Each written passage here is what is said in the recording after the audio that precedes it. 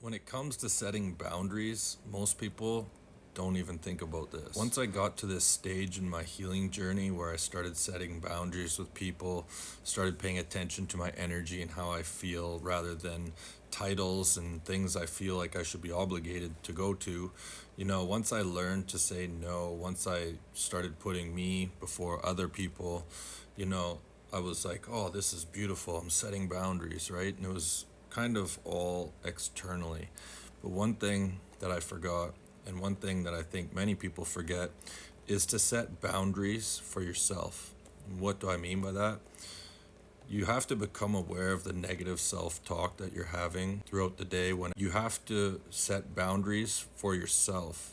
And this is how we regulate our nervous system, because if we're constantly having stressful thoughts running through our mind, we're going to have a whacked out nervous system. And as someone, I tried to exit this reality in 2014, and if it wasn't for Archangel Michael appearing, I wouldn't be here. So learning to regulate my nervous system it's been a lifelong mission. And I feel, in 2015, I started working with shamans and energy healers and started getting into meditating. And that was definitely the first big step.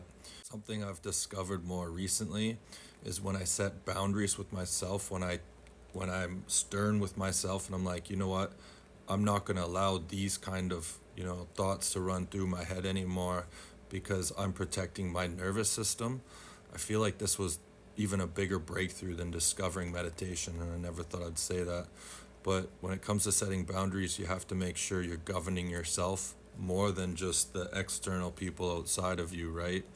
And sometimes we forget to do that. And I've been doing this more recently, and I feel like a completely new person. So I wanted to share this with you guys. Over 61,000 supporters. Greatly appreciate that. Hit the like and subscribe, and we'll see you in the next one.